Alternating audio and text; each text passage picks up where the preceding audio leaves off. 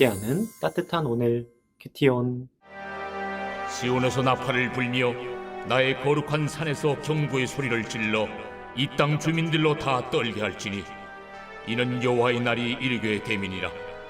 이제 임박하였으니 곧 어둡고 캄캄한 날이요 짙은 구름이 덮인 날이라.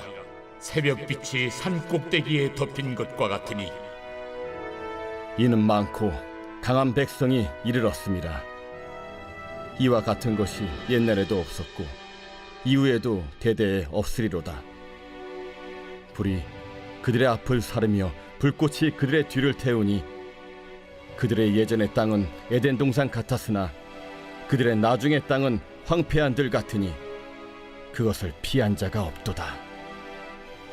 그의 모양은 말 같고 그 달리는 것은 기병 같으며 그들이 산꼭대기에서 뛰는 소리는 병거 소리와도 같고 불꽃이 건물을 사르는 소리와도 같으며 강한 군사가 줄을 버리고 싸우는 것 같으니 그 앞에서 백성들이 질리고 무리의 낯빛이 하얘졌도다.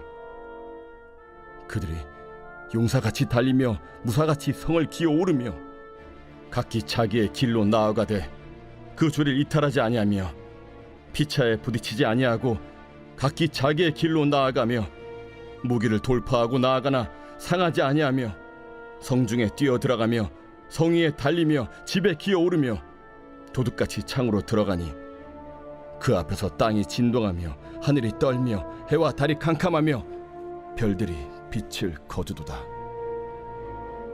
여호와께서 그의 군대 앞에서 소리를 지르시고 그의 진영은 심히 크고 그의 명령을 행하는 자는 강하니 여호와의 날이 크고 심히 두렵도다. 당할 자가 누구이랴? 너희는 이제라도 금식하고 울며 애통하고 마음을 다하여 내게로 돌아오라. 너희는 옷을 찢지 말고 마음을 찢고 너희 하느님 여호와께로 돌아올지어다. 그는 은혜로우시며 자비로우시며 노하기를 더디하시며 인애가 크시사 뜻을 돌이켜 재앙을 내리지 아니하시나니 주께서 혹시 마음과 뜻을 돌이키시고 그 뒤에 복을 내리사 너희 하느님 여호와께 소제와 전제를 드리게 하지 아니하실는지 누가 알겠느냐? 너희는 시온에서 나팔을 불어 거룩한 금시계를 정하고 성회를 소집하라. 백성을 모아 그 모임을 거룩하게 하고 장로들을 모으며 어린이와 젖먹는 자를 모으며 신랑을 그 방에서 나오게 하며 신부도 그 신방에서 나오게 하고 여호와를 섬기는 제사장들은 낭실과 제단 사이에서 울며 이르기를 여호와여 주의 백성을 불쌍히 여기소서. 주의 기업을 욕되게 하여 나라들로 그들을 관할하지 못하게 하옵소서. 어찌하여 이방인으로 그들의 하느님이 어디 있느냐 말하게 하겠나이까 할지어다. 2월 26일 큐티온 기도로 시작하겠습니다. 사랑과 은혜의 아버지 하나님, 오늘 하루를 허락해 주시고 말씀 앞으로 나오게 하시니 감사합니다. 2월의 마지막 주간, 또 사순절의 새로운 주간을 시작합니다. 함께 해주시고 붙들어 주옵소서. 감사드리며 예수님의 이름으로 기도합니다. 아멘. 오늘 본문에서는 보다 본격적으로 여호와의 날이 도래할 것과 그날에 이루어질 심판 집행에 대해 예고하고 있습니다. 이러한 예고는 갈수록 그 강도가 짙어지고 있습니다. 1절에서는 시온의 나팔이 울리며 두려운 여호와의 날에 도래가 임박했음을 예고합니다.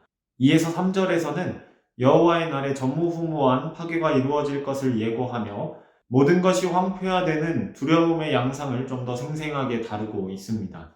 이러한 본문 표현은 모든 자들이 큰 공포에 빠질 수밖에 없음을 예언한 것이라 할 수 있습니다.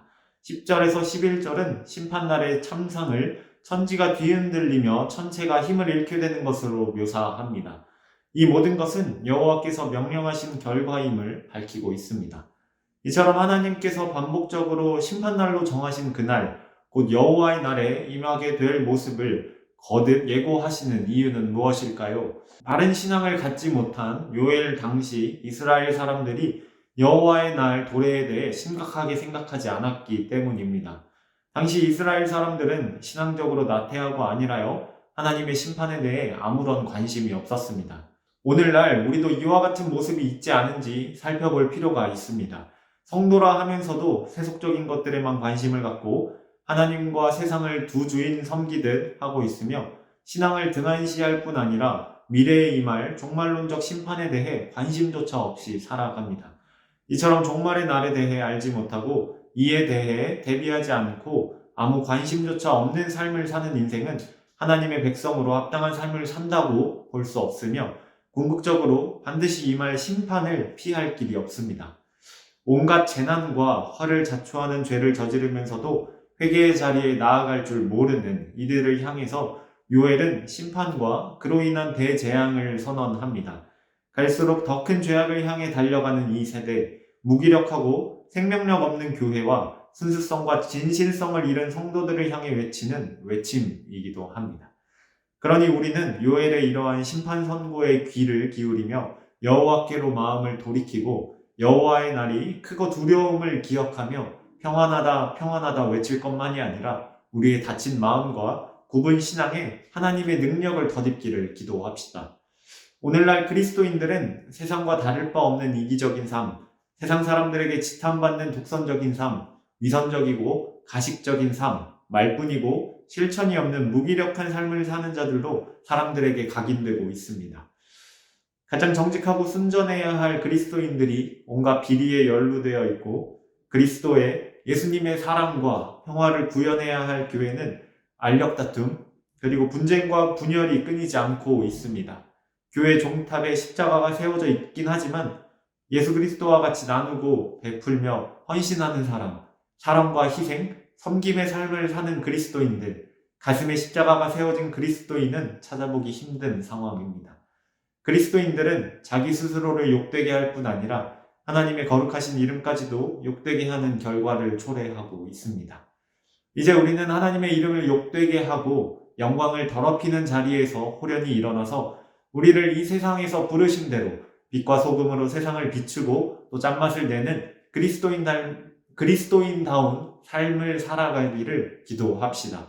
우리의 마음을 돌이켜 하나님께로 돌아와 하나님의 이름을 높이는 복된 인생 살아가는 우리 모두가 되기를 소망합니다. 오늘의 묵상 질문입니다. 내가 하나님 앞에 마음을 찢고 회개하며 돌이킬 일은 무엇인가요? 이 묵상 질문 생각하시면서 더 깊은 기도의 자리로 나아가시겠습니다. 기도하겠습니다.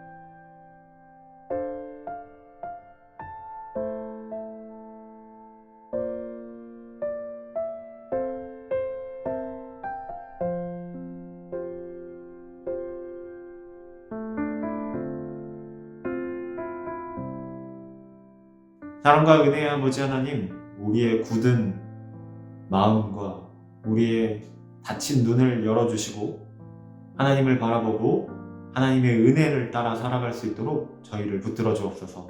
우리의 마음을 돌이켜 하나님께로 향하기 원합니다. 하나님의 말씀 가운데 살아가는 저희들 될 수 있도록 인도하여 주옵소서. 감사드리며 예수님의 이름으로 기도합니다. 아멘.